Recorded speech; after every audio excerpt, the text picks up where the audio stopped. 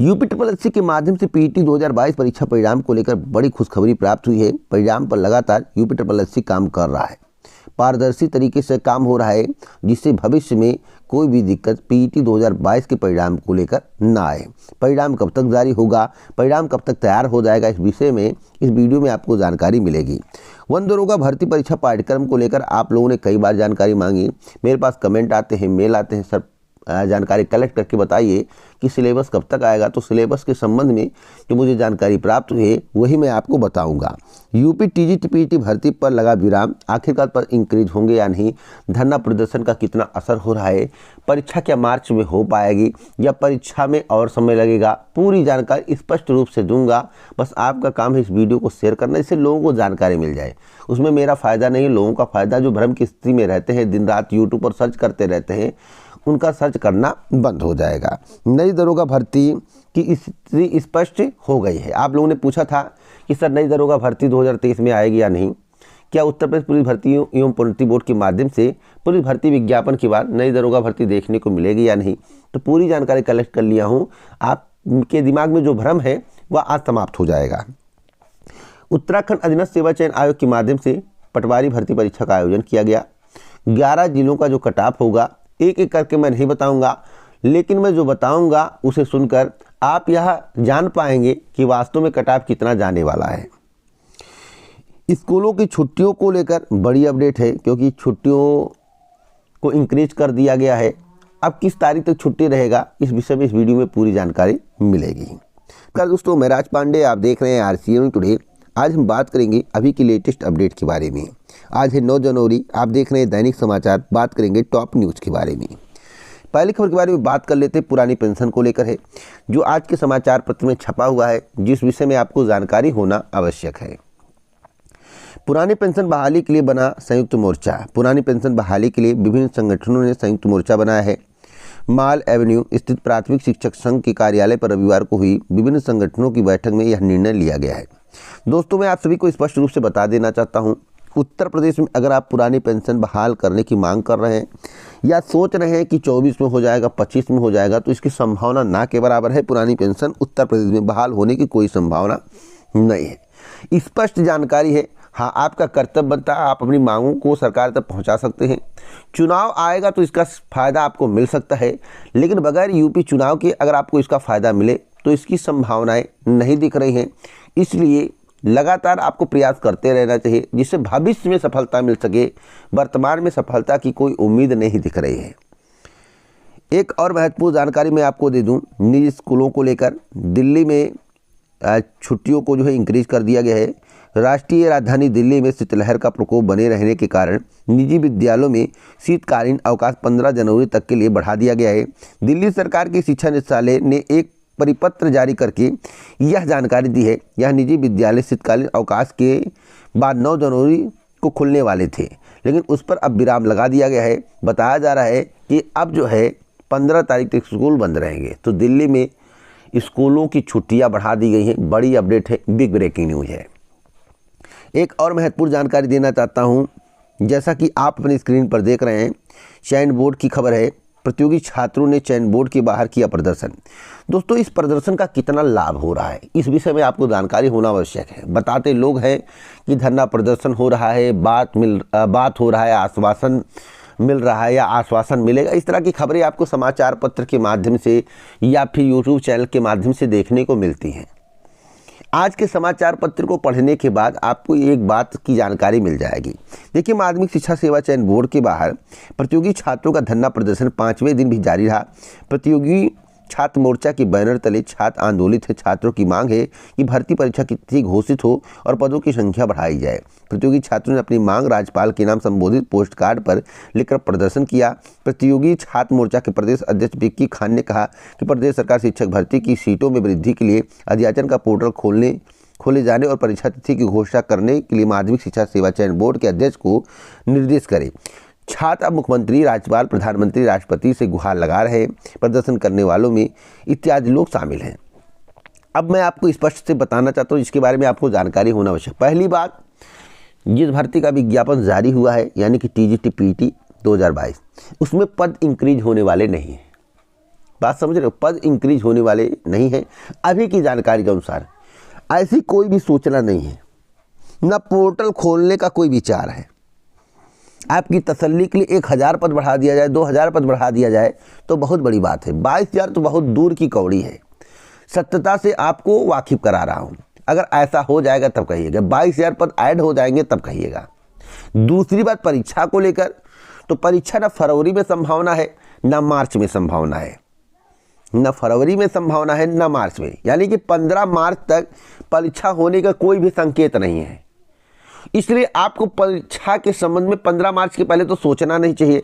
अगर आप सोचते हैं तो आपकी सबसे बड़ी भूल है। बाकी आपकी मर्जी, आप क्या सोचे, क्या समझे, कितना वीडियो देखें, कितना वीडियो सर्च करें, या आपके ऊपर निर्भर करता है। ईमानदारी से फैक्ट जानकारी दे रहा हूँ, जानकारी कलेक्ट करता हूँ, पता करता हूँ, तब जाकर मैं आपको बताता हूँ।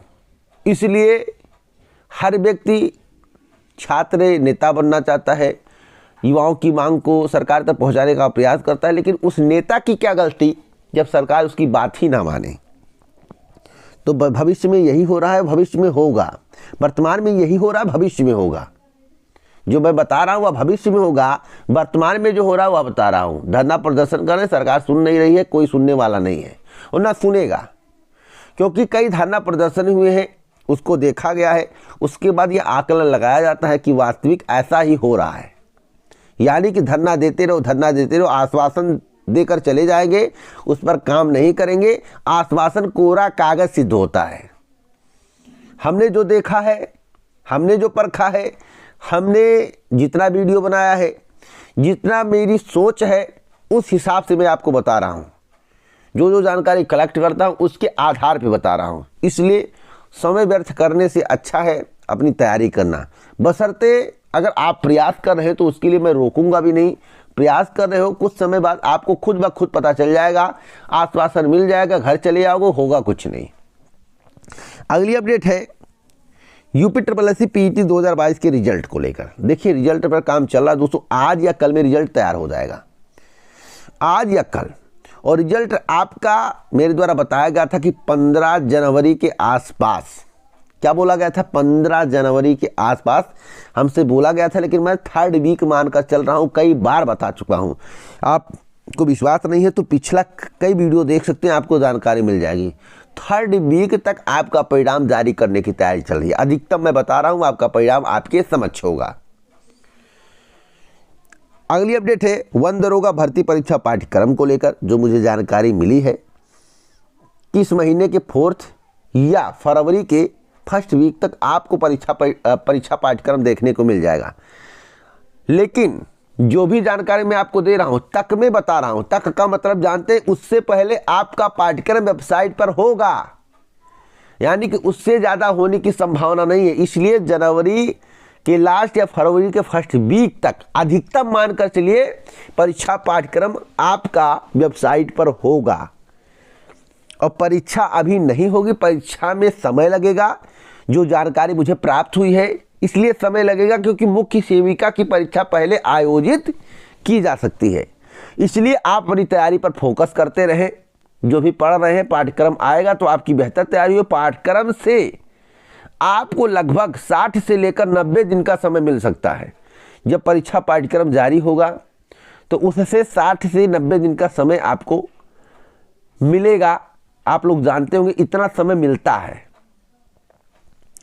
अगली अपडेट है, अब भैया किसी को 45 दिन का समय मिल जाए तो आप कहेंगे 45 दिन का समय मिला तो आप झूठ बोलते हो। अरे भैया, मैं जो बता रहा हूं उसे ध्यान से सुन लीजिए।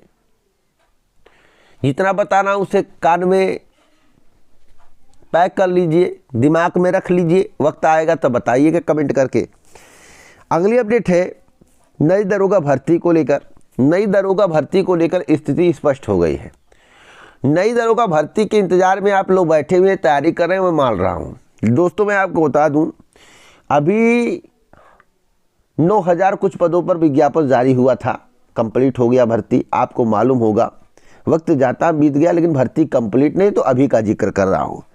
दरोगा भर्ती पुलिस भर्ती के बाद अभी नहीं आने वाला है, ना उत्तर प्रदेश पुलिस भर्ती एवं भर्ती बोर्ड के माध्यम से इस पर कोई तैयारी की जा रही है।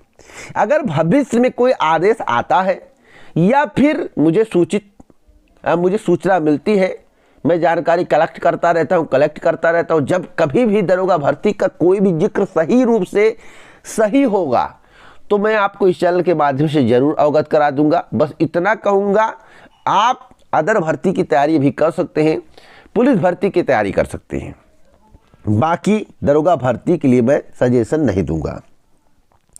अगली अपडेट है यूके एसएससी को लेकर। आपको मालूम होना चाहिए कि उत्तराखंड अधीनस्थ सेवा चयन आयोग के माध्यम से पटवारी परीक्षा का आयोजन किया गया। कट ऑफ क्या हो सकता है 2023 में? दोस्तों, जो मुझे जानकारी है मैं अपनी जानकारी के आधार पर बता रहा हूँ। जैसे चमोली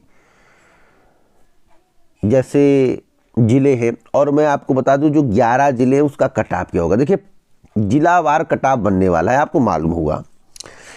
अब जहाँ पर पदों की संख्या अधिक है, जिस जिले में पदों की संख्या अधिक है वहाँ का मैं अधिकतम कट ऑफ आपको बताता हूँ, और जहाँ पर पदों की संख्या कम है वहाँ पर मैं आपको न्यूनतम कट ऑफ बताता हूँ।